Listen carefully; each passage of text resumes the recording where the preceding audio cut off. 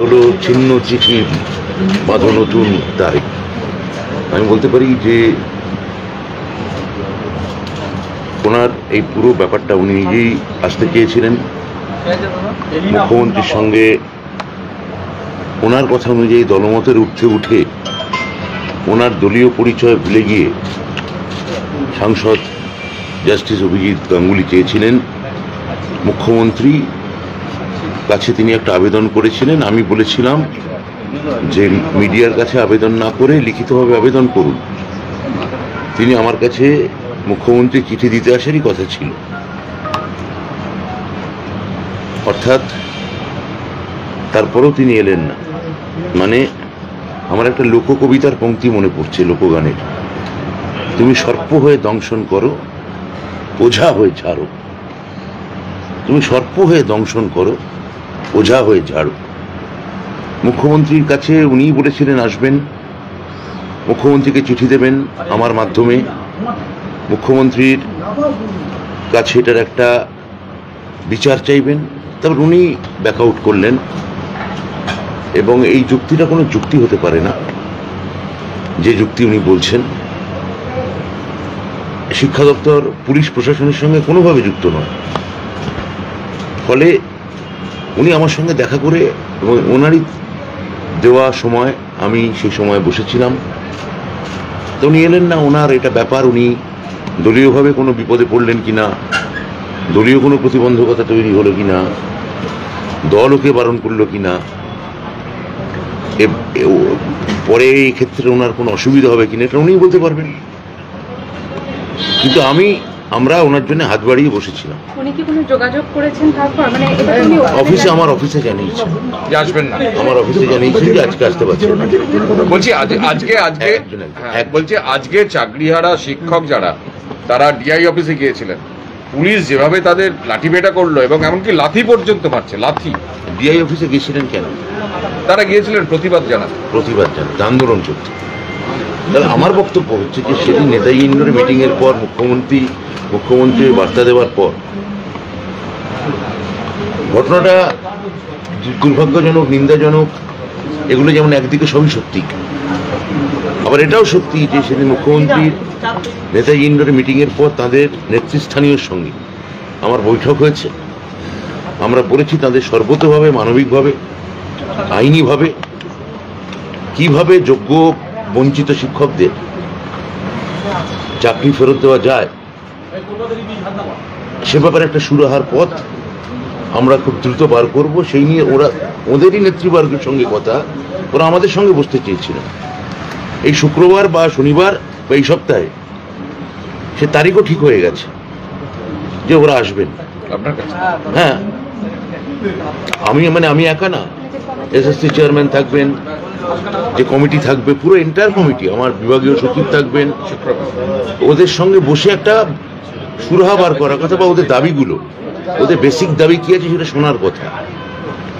তাহলে আমার বক্তব্য হচ্ছে যে আপনি যদি যে সরকারের কাছে আপনি দাবি করছেন, সরকার আপনাদের সর্বতভাবে সাহায্য করছে, শিক্ষা দপ্তর সর্বতভাবে সাহায্য করছে, এসএসসি আপনাদের সঙ্গে যখনই দেখা করতে চাইছে দেখা করছেন, আমাদের সঙ্গে মিটিং চলছে, তাহলে সেখানে আপনার কথা অনুযায়ী আন্দোলন, লড়াই, প্রতিবাদ, এগুলো তো কিছুদিন স্থগিত রাখা যেত। এগুলোর জন্য তো দিন পড়ে আছে। আর সেটা এইরকম এমন পন্থায় নিয়ে যেতে হবে যে সরকারকেও যাতে হাত না তুলে নেয়। প্রথম কথা হচ্ছে ওনারা যাই করুন, আমরা ওদের প্রতিরক্ষা দেব, আমরা যোগ্য বঞ্চিতদের প্রতিরক্ষা দেব। ওরা এসে আমাদের তালা ভাঙুন বা অন্যরকম প্রভোকেশন তৈরি করুন, যাই করুন না কেন, আমরা বদ্ধপরিকর, আমরা যোগ্য বঞ্চিতদের পাশে আছি। মুখ্যমন্ত্রী বার্তা দিয়ে দিয়েছে আইনিভাবে, মানবিকভাবে। ফলে এই ধৈর্য আমার মনে হয় ওদের রাখা উচিত। অন্য কোনো প্রভোকেশন যদি ওদের থাকেও তা সংবরণ করা উচিত বলে আমি মনে করি। কিন্তু ওদের আন্দোলন লাঠিচার্জ তো প্রথমেই বলে দিলাম, এটা তো একটা বিচ্ছিন্ন পার্ট নয়। আপনি কি ওদের এই জঙ্গি শব্দটা আপনি বললেন, আমি সেটা মনে করি না। এই যে ওদের আমাদের সঙ্গে বসা অবধি ওদের আন্দোলনটাকে আপনি সমর্থন করছেন, আমি আপনাকে প্রতি প্রশ্ন করছি। ওরাই আমাদের সঙ্গে বসতে চাইছেন, ওরাই আমাদের সঙ্গে আলোচনায় আসতে চাইছেন এবং একই সঙ্গে একটা ধ্বংসাত্মক আন্দোলনের দিকে যাচ্ছেন। দুটো তো একসঙ্গে হতে পারে না।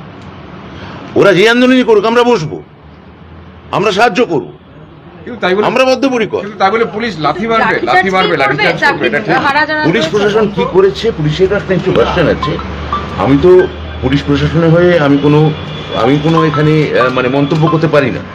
এটা আমার মনে হয় ওখানে একটু আগে সমস্ত মিডিয়ায় আমি দেখেছি আপনার পুলিশের ভার্সন নিয়েছেন, যে পুলিশকেই জিজ্ঞেস করুন। কোন রাজনৈতিক দলের দ্বারা প্রভাবিত হচ্ছে? প্রভোকেশনের কথা বললেন। রাজনৈতিক দলের দ্বারা হচ্ছে না কোনো নির্দিষ্ট মিডিয়ার দ্বারা হচ্ছে, আমি কি করে বলবো? এই আমার পক্ষে বলা সম্ভব না, এটা আপনারা বেটার বলতে পারবেন।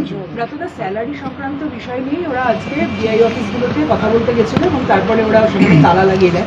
এই স্যালারি ডিসবার্সমেন্টের কাজটা শুরু হয় মানে এই তালা লাগানোর কথা আমি গতকাল থেকে মিডিয়ায় শুনছি। তাহলে আজকে তাহলে ওই তালা লাগানোর ব্যাপারটা গতকাল থেকে নির্দিষ্ট, ডিআইতে ঢুকতে দেবো না।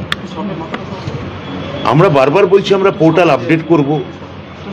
মুখ্যমন্ত্রী বার্তা পরিষ্কার দিয়েছেন, কোনো স্কুলে কোনো ট্রান্সমিশন লেটার নেই, কোথাও বেতন বন্ধের কথা কি আমরা জানি না। আমি অন্তত জানি না দেওয়া হয়েছে কিনা। তাহলে আশঙ্কা করছেন। তাহলে আমার বক্তব্য হচ্ছে ওরা আশঙ্কা করছেন, অথচ নিশ্চয়তা রাখতে পারছেন না। যে কোনো একটা মনোভাবে থাকা উচিত। হয় আশঙ্কা করুন, হয় আন্দোলন করুন, বা বলুন যে এই সরকারকে আলোচনা আমি চাই না, সরকার যা পারে করুক। আমি তারপরেও বলছি ওরা যে কোনো পন্থা নিতে পারে, আমরা শান্তভাবে আইনি পথে, মানবিক পথে ওদের সহযোগিতা করতে বদ্ধপরিকর। অভিজিৎ গঙ্গোপাধ্যায় বলছেন দুদিনের সময় দেওয়া হচ্ছে, এসএসসি তালিকা প্রকাশ করুক, না হলে এর পরবর্তী পদক্ষেপ কি হবে তারা দেখে নেবে। শনিবার পর্যন্ত সে উনি বলতে পারেন, উনি রাজনৈতিক লোক, উনি ওনার কথা আমি ধরছি না। উনি তো এসএসসিতে গেছিলেন, তো এসএসসিও তো সরকারি সংস্থা, অটোনমাস সংস্থা। তা সেখানেও গেলেন প্রতিবাদে, সেখানে না যেতে পারতেন। এ ঘটনা তো সকালবেলা ঘটেছে। উনি বলছেন যে লাঠিচার্জের প্রতিবাদী উনি আসেননি। তাহলে এসএসসি অফিসে গেলেন কেন? এসএসসিও তো সরকারি সংস্থা, এসএসসি অফিসটা বয়কট করতে পারতেন। এটা তো জিজ্ঞেস করেছেন যে এখানে এলেন কেন? তাহলে এই প্রশ্ন কি এখানে এতগুলো গণমাধ্যম আছে, আপনারা কি জিজ্ঞেস করেছেন? এসএসসি একটি সরকারি সংস্থা। আপনারা আপনি বিকাশ ভবনে আপনার দেওয়া সময় অনুযায়ী আপনি যাবেন না বলছেন সরকারি কাজের প্রতিবাদে। তাহলে এই এসএসসি অফিসে এলেন কেন? দেখা করলেন কেন এসএসসি চেয়ারম্যানের সাথে?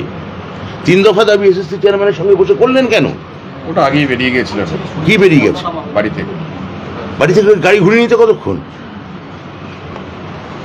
বলছি ঠিক আছে। স্যালারি সংক্রান্ত বিষয়টা নিয়ে আপনারা কি সিদ্ধান্ত নিয়েছেন? আমরা আবার বলি, আমরা সুপ্রিম কোর্টের কাছে অলরেডি ক্লারিফিকেশন চেয়েছি।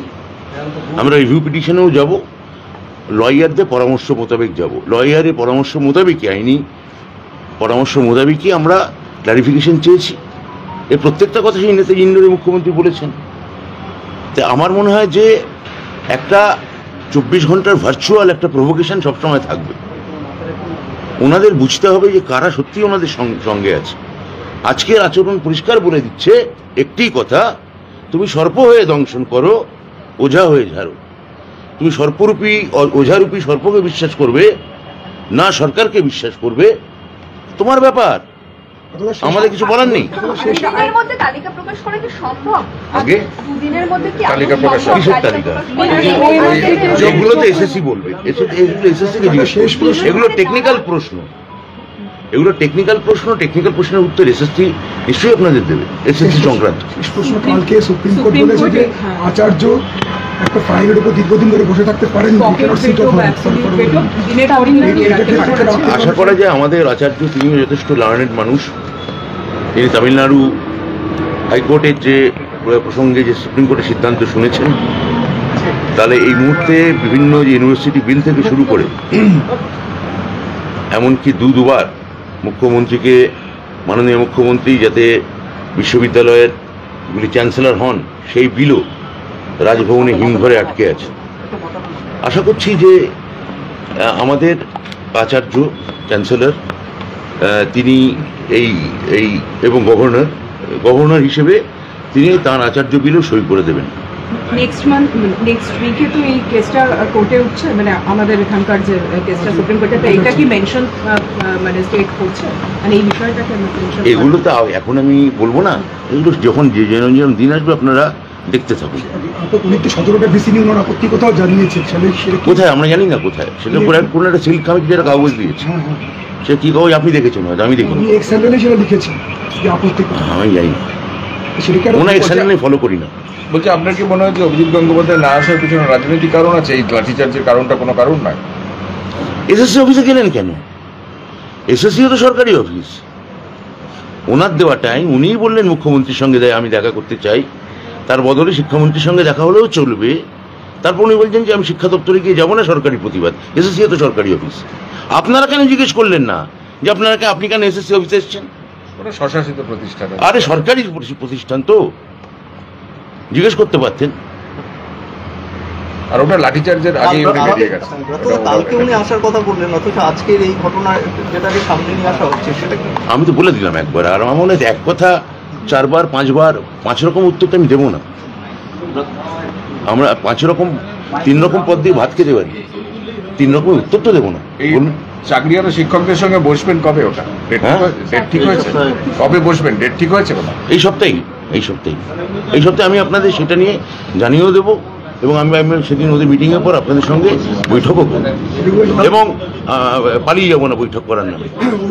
আপনার দপ্তরের অধীনস্থ শিক্ষকরা আজকে যেভাবে পুলিশের হাতে নিগৃহীত হলো, লাঠি পেটা কথা হয়ে গেছে তো ভাই, এক কথা আপনি কি নিন্দা করেন? ভারী গলায় বললে আমি উত্তর দিয়ে দেবো না? আপনি কি হঠাৎ ভারী গলায় বলতে শুরু করেছেন? বললে আমার গলাটাই এরকম। আমি বলে দিলাম তো, আমার গলাটা এরকম। আপনি কি নিন্দা করছেন এই ঘটনা? আমি যা বলা বলে দিয়েছি, আপনি শোনেননি?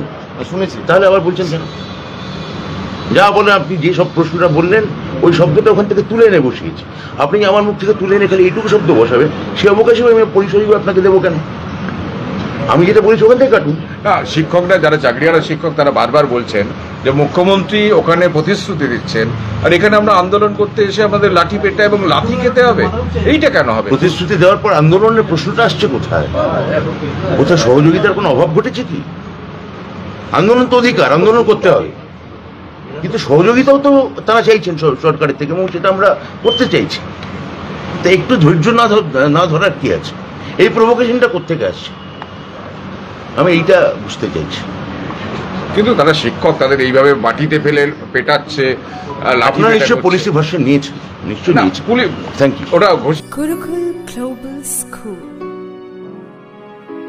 State of the art infrastructures and schooling for students.